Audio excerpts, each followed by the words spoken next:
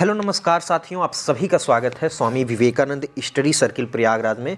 दोस्तों, आपने उत्तर प्रदेश पुलिस में फॉर्म अप्लाई किया होगा और आपने ही नहीं, लगभग 50 लाख लोगों ने उत्तर प्रदेश की वैकेंसी में फॉर्म अप्लाई किया है।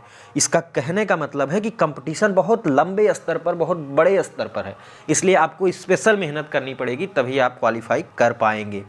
तो दोस्तों, हम लोग लगातार श्रृंखला चला रहे हैं प्रैक्टिस की। आप लोग प्रैक्टिस को ज्वाइन भी कर रहे हैं, देख भी रहे हैं, इससे आपको अच्छी तरीके से चीज़ें समझ में भी आ रही हैं। तो आज हम नए प्रैक्टिस को यहाँ पर स्टार्ट करेंगे। लगभग हर सब्जेक्ट के प्रैक्टिस आपको मिलेंगे। एक काम करिएगा, अगर आप चैनल पर नए हैं तो सब्सक्राइब कर लीजिएगा, और सब्सक्राइब करने के बाद आप प्लेलिस्ट में जाइएगा। वहाँ पे उत्तर प्रदेश पुलिस 2024 नाम से प्लेलिस्ट है, उसमें आपको सारी प्रैक्टिस मिल जाएंगी। तो आज के महत्वपूर्ण प्रश्नों को हम लोग देखेंगे। यहाँ पर जो भी प्रश्न आपको आता है तो आप कमेंट बॉक्स में उसका आंसर ज़रूर बताइए, ताकि आप एक अच्छी तैयारी में ज्वाइन हो सकें दोस्तों। तो यहाँ पर थोड़ा ध्यान से देखिएगा और इसका आंसर्स भी आप जरूर दीजिए। देखिए प्रश्न क्या है, ध्यान से पढ़ें। निम्नलिखित में से कौन सा क्षेत्र अशोक के साम्राज्य का भाग नहीं था? अशोक आपको पता है बहुत ही महान एक राजा था, एक शासक था देश में। उसने भारत में बहुत लंबा साम्राज्य अपना स्थापित किया, लेकिन पूछा गया है कि कहाँ पर उसका साम्राज्य नहीं था? कश्मीर, तक्षशिला, मद्रास या कन्नौज? तो इसमें सही ऑप्शन कौन सा हो जाएगा? ये ऑप्शन सी, यानी मद्रास में उसका शासन नहीं था। बाकी आप देखेंगे तो जम्मू कश्मीर से लेकर तक्षशिला में भी वो गया हुआ है, और कन्नौज में भी उसका शासन रहा है, इधर उड़ीसा तक उसका शासन रहा है, कलिंग तक। इसमें जो सही ऑप्शन है वो मद्रास है। मद्रास पर उसका शासन जो है वो नहीं था साथियों। तो यहाँ पर ये तीसरा वाला ऑप्शन सही हो जाएगा। यहाँ पर हम थोड़ा दूसरा प्रश्न देख लेते हैं, बहुत ध्यान से। दिया गया है उपराष्ट्रपति। ये उपराष्ट्रपति पद जो है, इसमें दिया गया है कि लोकसभा का सदस्य होता है, कि राज्यसभा का सदस्य होता है, या फिर किसी भी सदन का सदस्य हो सकता है, या फिर वो संसद का सदस्य नहीं होता, यानी किसी भी सदन का सदस्य नहीं होता। तो उपराष्ट्रपति जो पद है, इसको दोस्तों अनुच्छेद 66 के अनुसार उपराष्ट्रपति संसद के किसी भी सदन का सदस्य नहीं होगा। ना वो संसद के सदन का सदस्य होगा, ना ही वो किसी विधानमंडल में सदस्य होगा। यानी ऑप्शन नंबर डी यहाँ पर सही हो जाएगा। वो किसी विधानमंडल का भी सदस्य नहीं होगा। तो ऑप्शन नंबर डी यहाँ पे सही हो जाएगा। अगला देखें हम लोग। ये तीसरा प्रश्न आपने पढ़ा है क्या कभी, कि पूना समझौता किसके बीच हुआ था? पूना समझौता हुआ था 1932 में। कब हुआ? 1932 में। ये हुआ क्या था, इसमें आप लोगों को पता होना चाहिए कि इस समय अंग्रेज़ों ने क्या किया कि दलितों को एक अलग से वोट देने का अधिकार जो है वो दे दिया। और यहाँ पर गांधी जी ने कहा कि इस चीज़ में दलित हिंदुओं से अलग हो जाएंगे, इसलिए इन्होंने पूना पैक्ट किया, पूना समझौता 1932 में, और वो हुआ गांधी और अंबेडकर के बीच में। ऑप्शन नंबर बी यहाँ पर सही हो जाएगा। यहाँ पे अगला प्रश्न हम लोग देखें। देखिए प्रश्न ध्यान से देखिएगा कि दिया गया है कि गवर्नमेंट ऑफ इंडिया एक्ट 1935। ये एक्ट आपने बहुत बार सुना होगा, और ये बहुत महत्वपूर्ण एक्ट है 1935 का, और हमारे संविधान पर इसका असर बहुत बड़ा दिखता है। कहा गया है कि ये किस आधार पर बनाया गया था? तो इसमें 4 ऑप्शंस दिए गए हैं। सही ऑप्शन कौन सा हो जाएगा? साइमन कमीशन के आधार पर। साइमन कमीशन के आधार पर गवर्नमेंट ऑफ इंडिया एक्ट 1935 जो है वो किया गया। साइमन ने क्या कहा था? साइमन कमीशन ने प्रांतों में लगभग पूरी तरह से जिम्मेदार सरकार का प्रस्ताव जो है वो रखा था, तो उसके आधार पर ये किया गया था। इस वाले ऑप्शन में जो, इस वाले प्रश्न में जो सही ऑप्शन होगा वो साइमन कमीशन हो जाएगा।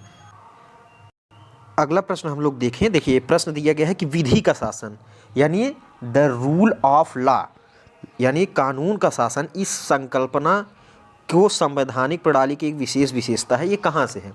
तो ये जो संकल्पना है ये ब्रिटेन का है। कहाँ का? ब्रिटेन का। यानी ऑप्शन नंबर ए यहाँ पर सही हो जाएगा। विधि का शासन होना चाहिए, ये संकल्पना ब्रिटेन यानी ब्रिटिश सरकार की थी।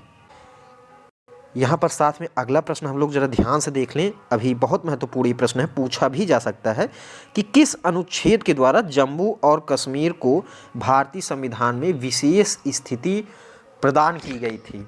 आपको पता है कि एक अनुच्छेद बहुत महत्वपूर्ण था जिससे जम्मू एवं कश्मीर को एक विशेष स्थिति जो है वो प्रदान की जाती थी। वो अनुच्छेद 370 है। और मौजूदा सरकार ने अनुच्छेद 370 को जो है उसको हटा दिया है। आपने सुना होगा। मैं आपसे एक प्रश्न यहाँ पर पूछना चाहता हूँ, अगर आपको मालूम है तो कमेंट बॉक्स में ज़रूर लिखिएगा कि अनुच्छेद 370 को हटाने की पहल किस तारीख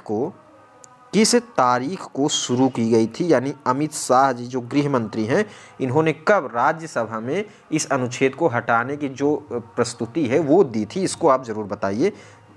तो यहाँ पर ऑप्शन नंबर बी वाला सही हो जाएगा। यहाँ पर अगला प्रश्न हम लोग अगर देखें, देखिए प्रश्न क्या दिया गया है, ध्यान से पढ़िएगा कि अंतिम मुगल सम्राट बहादुर शाह जफर, आपको पता है कि मुगल का जो सम्राट है, मुगल सम्राट वो अंतिम वाला जिसने भारत पर शासन किया वो कौन था? वो था बहादुर शाह जफर। और बहादुर शाह जफर को सन 1857 की क्रांति के समय अंग्रेज़ों ने गिरफ्तार किया और उसे एक जेल में भेज दिया गया। वो कहाँ है?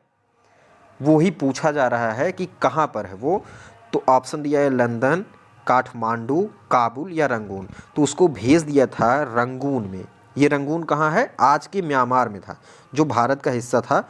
आज के म्यांमार में ही जो है रंगून है, और वहाँ पे इनको भेज दिया गया था। उस समय इनका नाम क्या था? इस देश का नाम था वर्मा, और ये भारत में ही था। तो भारत के वर्मा में, रंगून में इनको भेज दिया गया था जेल में। अगला प्रश्न देख लेते हैं कि दांडी यात्रा संबंधित है। दांडी यात्रा किस चीज़ से संबंधित? थोड़ा सा इसको ध्यान से हम लोग देख लीजिए कि दांडी यात्रा किसने शुरू की? महात्मा गांधी ने।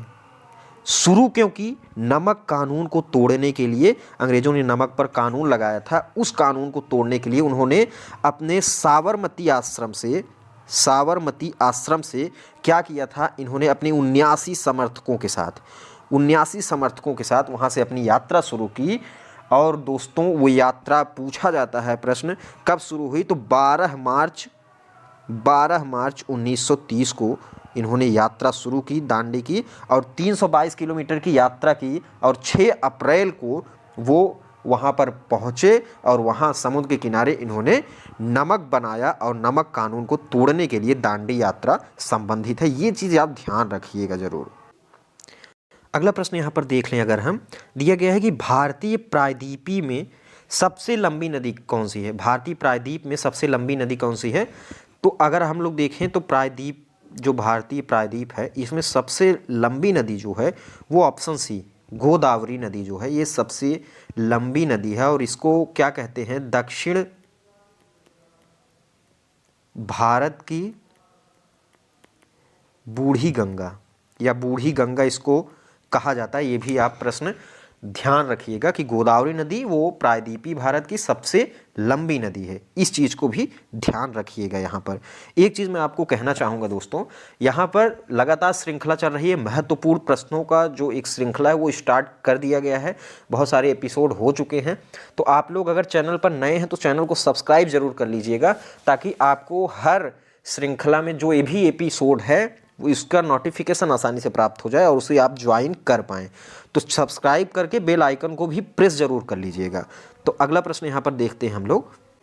ये प्रश्न देखें अगर हम जरा सा, कि निम्नलिखित में से कौन सी संघीय सरकार की एक विशेषता है? संघीय सरकार, संसद की सर्वोच्चता, न्यायपालिका की सर्वोच्चता, या संघ एवं राज्यों के बीच शक्तियों का वितरण, या एकल नागरिकता? देखिए, संघीय जो सरकार है उसकी जो विशेषता है, सबसे बड़ी विशेषता है, वो है ऑप्शन सी, यानी संघ और राज्य, यानी केंद्र सरकार और राज्य सरकार के बीच समन्वय और उनके बीच शक्तियों का जो वितरण है, वही संघीय सरकार की एक महत्वपूर्ण विशेषता है। तो ऑप्शन सी यहाँ पर सही हो जाएगा। अगला प्रश्न यहीं पर अगर हम लोग देखें, एक नृत्य पूछा गया है, उस नृत्य का नाम क्या है? राउफ। राउफ किस राज्य की लोकप्रिय नृत्य है? अरुणाचल प्रदेश, केरल, तमिलनाडु या जम्मू एवं कश्मीर? तो ये जो सबसे लोकप्रिय नृत्य है ये किस राज्य से है? ये राज्य है जम्मू एवं कश्मीर। ये कश्मीर की घाटियों में महिलाओं के द्वारा किया जाता है। इस लोक नृत्य में अगर हम बात करें तो महिलाएं रंगीन वेशभूषा में 2 पंक्तियां बनाकर एक दूसरे के समक्ष नृत्य करती हैं। तो ये सही ऑप्शन कौन सा हो जाएगा? ऑप्शन नंबर डी वाला जो है ये सही हो जाएगा। यहाँ पर ये एक प्रश्न देखिए आप दोस्तों, बहुत महत्वपूर्ण है कि मृदा का कटाव रोकने के लिए, ध्यान से अगर हम देखें तो मृदा के कटाव को रोकने के लिए सबसे बड़े पैमाने पर वृक्ष लगाने को क्या कहा जाता है? आपको पता है कि अगर मृदा का कटाव हो रहा है तो वहाँ पर अगर हम वृक्ष का वृक्षारोपण करें तो क्या हो जाएगा, वो मृदा का कटाव कम हो जाएगा या रुक जाएगा।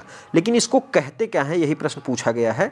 तो इसको दोस्तों कहते हैं वनीकरण। अगर हम वनीकरण कर दें यानी वृक्ष जो है वो लगा दें तो मृदा का जो कटाव है वो रुक जाएगा। तो ऑप्शन नंबर डी यहाँ पर सही हो जाएगा ये प्रश्न का। देखिए अगला प्रश्न पूछा गया है कि वातावरण की वह परत जहाँ से रेडियो तरंगे जो है वो परिवर्तित होकर आती हैं। आप रेडियो चलाते हैं तो रेडियो से तरंगे जाती हैं, वो परिवर्तित होकर आती हैं, वो किस मंडल से आती हैं? देखिए वायुमंडल में बहुत सारे वायुमंडल में कई सारी परत हैं। तो अगर हम बात कर लें परत की तो क्षोभ मंडल है, समताप मंडल है और आयन मंडल है, बहिर्मंडल है। इसमें से किस मंडल से रेडियो की तरंगे वापस आती हैं? तो वो आती हैं आयन मंडल से। आयन मंडल से टकराकर वो तरंगे वापस हो जाती हैं। तो इसमें सही ऑप्शन कौन सा हो जाएगा? ऑप्शन नंबर ए जो है ये बिल्कुल यहाँ पर राइट हो जाएगा। तो ये वाला ऑप्शन अगर आपने किया है तो बिल्कुल सही कर दिया है। आप लोग कमेंट बॉक्स में आंसर भी देते चलिए ताकि आपकी एक तरह से जाँच हो पाए कि आपकी जो तैयारी है वो कितनी बढ़िया है। अगला प्रश्न जरा ध्यान से देखिए कि राष्ट्रीय युवा दिवस किस दिन मनाया जाता है, ये चीज़ ध्यान देना है। तो ये मनाया जाता है 12 जनवरी को। अगर आपसे पूछा जाए क्यों मनाया जाता है, किसके जन्मदिवस के उपलक्ष्य में मनाया जाता है, तो ये स्वामी विवेकानंद के जन्मदिवस के उपलक्ष्य में राष्ट्रीय युवा दिवस मनाया जाता है। ये ध्यान रखिएगा, ये प्रश्न पूछा जा सकता है। तो ये महत्वपूर्ण प्रश्न यहाँ पर हैं। तो अगला प्रश्न अगर हम देखें साथियों, ये महत्वपूर्ण प्रश्नों की श्रृंखला थी। देखिए आप लोगों की तैयारी के लिए यहाँ पे बेहतर काम किया जा रहा है। आप सब्सक्राइब चैनल को ज़रूर कर लीजिए ताकि आपको नोटिफिकेशन के माध्यम से हर वीडियो का जो है जानकारी मिल सके। तो सब्सक्राइब करिए, बेल आइकन को प्रेस करिए और शेयर भी करिए दोस्तों को ताकि उनको भी यह लाभ जो है वो मिल सके। देखिए हम बहुत सभी सब्जेक्ट के यहाँ पे प्रश्न जो है वो कराएंगे, तो आप लोग देखते ज़रूर रहिएगा। आप सभी का बहुत बहुत धन्यवाद।